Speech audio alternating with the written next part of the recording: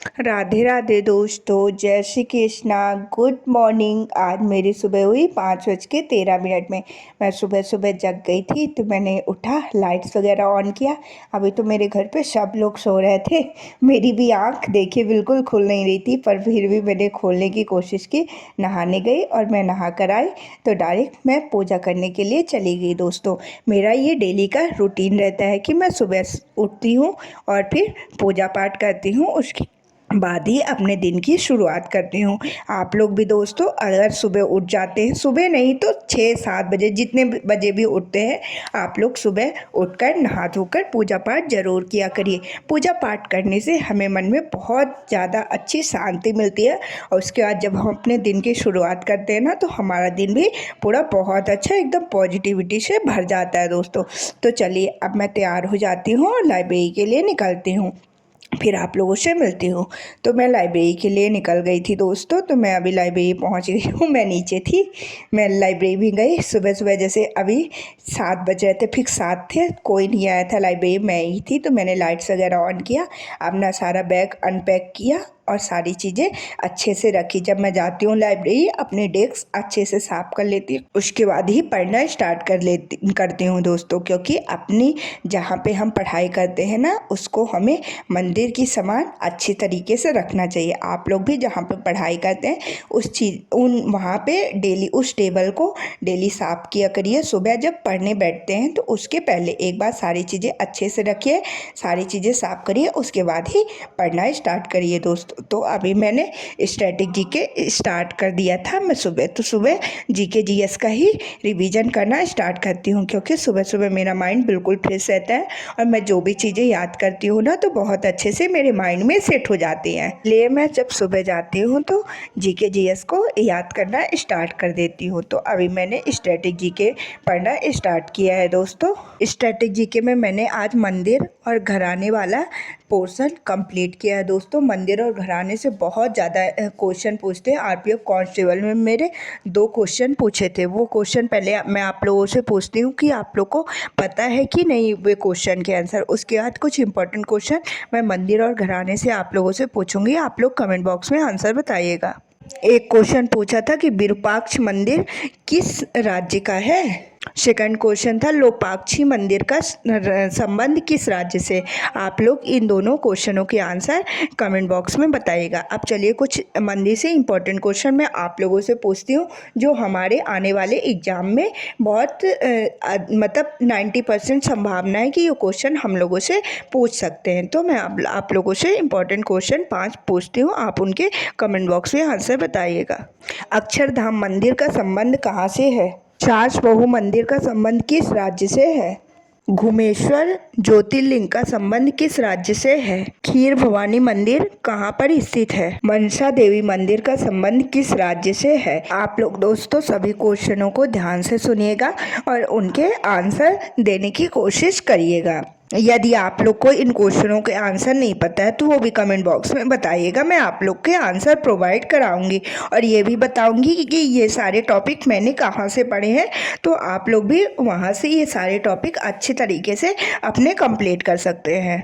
उसके बाद मैंने तुगलक वंश को हिस्ट्री में पढ़ना स्टार्ट कर दिया था। मैंने हिस्ट्री में अरब आक्रमण को कंप्लीट कर लिया है। उसके बाद दिल्ली सल्तनत में गुलाम वंश और खिलजी वंश को कंप्लीट कर लिया है और आज से मैंने तुगलक वंश को वो स्टार्ट कर दिया है। तो मतलब मेरा आज तुगलक वंश भी कंप्लीट हो गया है। अब तुगलक वंश से मैं आप लोगों से कुछ इंपॉर्टेंट क्वेश्चन पूछती हूँ, आप लोग कमेंट बॉक्स में आंसर बताइएगा। तो तुगलक वंश की स्थापना किसने की थी। बुगारा खाका विद्रोह कब हुआ था। गियासुद्दीन तुगलक का वास्तविक नाम क्या था। तुगलक वंश का शासनकाल कब से कब तक था। तुगलक वंश में यही कुछ इंपॉर्टेंट क्वेश्चन बनते। आप लोग भी एक बार पूरी हिस्ट्री अच्छे से पढ़ लीजिए दोस्तों, क्योंकि हिस्ट्री से अब वेस्टेज बढ़ गया है। 5 से 6 क्वेश्चन हिस्ट्री से पूछता है। तो आप लोग कोशिश करिए कि सभी सब्जेक्ट, हिस्ट्री नहीं सभी सब्जेक्ट जितनी जीके जीएस में आती है, सभी सब्जेक्ट को एक बार बहुत अच्छे तरीके से पढ़िए और उनका रिवीजन करिए, क्योंकि जीके में क्वेश्चन कहीं से भी पूछ सकता है और हम लोग को अपना 100% देना है। इसीलिए सारी चीज़ों को अच्छे से तैयार रखना है कि कहीं से भी क्वेश्चन पूछे हम लोगों से बनना चाहिए दोस्तों। उसके बाद मैं पॉलिटी पढ़ने लगी थी। अभी मैं साइंस नहीं पढ़ रही हूँ। पहले मैं अपनी पॉलिटी कंप्लीट करूँगी और फिर उसी टाइम पे, जैसे जब मैं पॉलिटी पढ़ती हूँ उसी टाइम पे अपना साइंस का रिवीजन स्टार्ट कर दूँगी, क्योंकि साइंस का थोड़ा पोर्शन ज़्यादा है, फिजिक्स केमिस्ट्री बायो तीन तीन चीज़ें। इसलिए मैं सोच रही हूँ कि पॉलिटी कम है तो पहले पॉलिटी कंप्लीट कर लेती हूँ और फिर उसके बाद साइंस वाला पोर्शन स्टार्ट करूँगी दोस्तों। तो पॉलिटी में मैं आप लोगों से कुछ बातें बताती हूँ कि जो इम्पॉर्टेंट है आप याद करके ही जाइएगा। पहला ये बात तो आर्टिकल्स, आर्टिकल 1 से लेकर 395 तक पूरे आर्टिकल एक बार आप मतलब एकदम रट लीजिए, क्योंकि अभी रटने का ही टाइम है, बहुत समझने का टाइम नहीं है, क्योंकि अभी सिर्फ मतलब 40 दिन ही हम लोगों के पास बचे हैं दोस्तों। क्योंकि पॉलिटी में सबसे ज़्यादा आर्टिकल से क्वेश्चन पूछता है। जैसे आरपीएफ कांस्टेबल में ही ना 3 से 4 क्वेश्चन पॉलिटी में सिर्फ आर्टिकल से पूछा था। एक 39 आर्टिकल आया था, 315 आर्टिकल आया था, मतलब 2 तो मुझे याद नहीं है, लेकिन 4 क्वेश्चन बिल्कुल डायरेक्ट आर्टिकल से पूछा था कि इस आर्टिकल का संबंध किस चीज़ से है।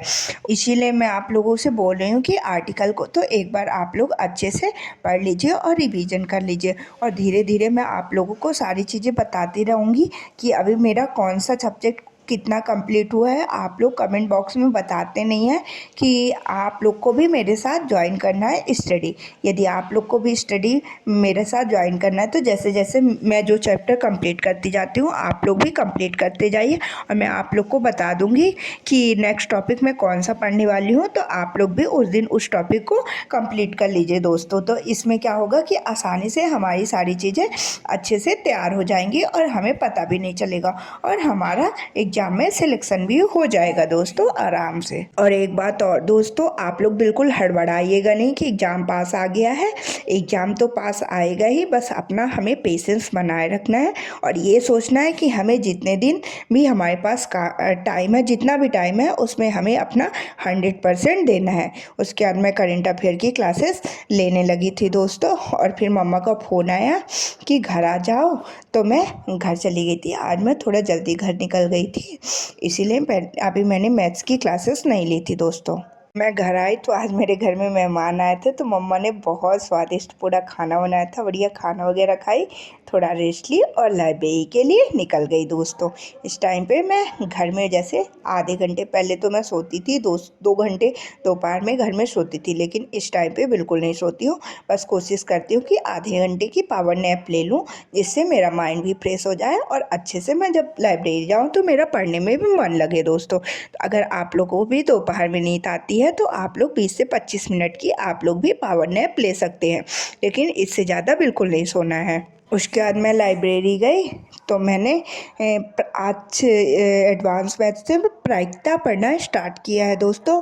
इस टाइम पे क्या करती हूँ कि मैं प्रीवियस ईयर पेपर सॉल्व करती हूँ। आप लोग भी दोस्तों, अगर आपने अभी एनटीपीसी का प्रीवियस ईयर पेपर नहीं सॉल्व किया है तो सारे जितने भी शिफ्ट के हैं सारे पेपर एक बार सॉल्व कर लीजिए। इसमें से आपको ये आइडिया हो जाएगा कि मैथ्स वगैरह में किस किस टॉपिक से क्वेश्चन पूछता है और आपके क्वेश्चन किस टॉपिक से गलत हो रहे हैं, किस टॉपिक के क्वेश्चन आपसे नहीं बन रहे हैं। तो मैं ऐसा ही करती हूँ। तो मैं जैसे प्रीवियस ईयर पेपर सॉल्व कर रही हूँ, उसमें प्रायिकता से मतलब प्रायिकता वगैरह से भी 3 से 4 क्वेश्चन बन रहे हैं, और वो प्रायिकता से क्वेश्चन मुझसे नहीं बन रहे थे, इसीलिए मैंने आज से प्रायिकता पढ़ना स्टार्ट कर दिया है। 2 दिन में मेरी प्रायिकता कंप्लीट हो जाएगी। एडवांस मैथ मेरा ज़्यादा सही नहीं है, इसलिए मैं सोच रही हूँ एडवांस मैथ के जितने भी टॉपिक हैं और मेनली जिन टॉपिक से क्वेश्चन मेरे नहीं बन रहे हैं उन टॉपिक को मैं एक बार अच्छे से कंप्लीट कर लूँ, जैसे जो अगर एग्जाम में उन टॉपिक के क्वेश्चन पूछे तो मुझे आसानी से बनाने में कोई प्रॉब्लम ना हो।